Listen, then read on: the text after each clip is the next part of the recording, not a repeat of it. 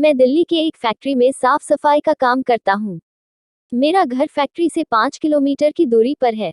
मेरे पास एक साइकिल है जिससे मैं अपने घर से फैक्ट्री और फैक्ट्री से घर आता जाता हूँ।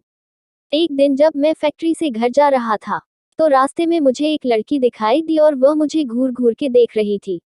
मैं उसे टालते हुए अपने घर की ओर निकल पड़ा।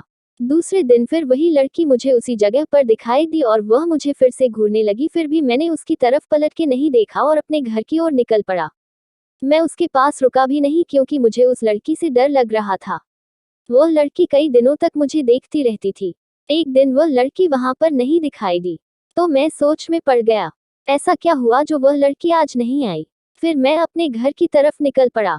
एक हफ्ते बाद मेरे घर पर एक चिट्ठी आई और मुझे पता चल गया था कि यह चिट्ठी उसकी ही है। उसमें उसका नाम प्रीति लिखा हुआ था और उसमें से एक फोटो निकली थी जो कि उसी लड़की की थी। मैं चौंक गया कि उसे मेरा पता कैसे चला। उस चिट्ठी में लिखा हुआ था कि कल जब फैक्ट्री से निकलो तो जहां पर मैं खड़ी रहती हूँ वहां पर मेरा इंतजार करना। उसके दूसरे दिन मैं वहां पर पहुंच गया तो वह लड़की वहां पर नहीं खड़ी थी।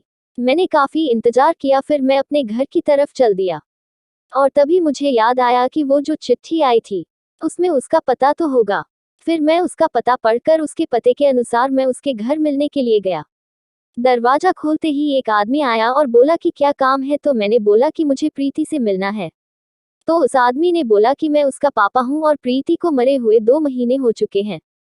मेरे हाथ पांव कांपने लगे। मैं सोच में पड़ गया कि वह लड़की जो मुझे रास्ते में मिली थी और जिसने मुझे चिट्ठी भेजी थी वह कौन होगी। मुझे लगा कि वह उसकी आत्मा होगी। तभी प्रीति के पापा ने मुझे दिखाया कि देख लो, उसकी तस्वीर पर माला पड़ा हुआ था।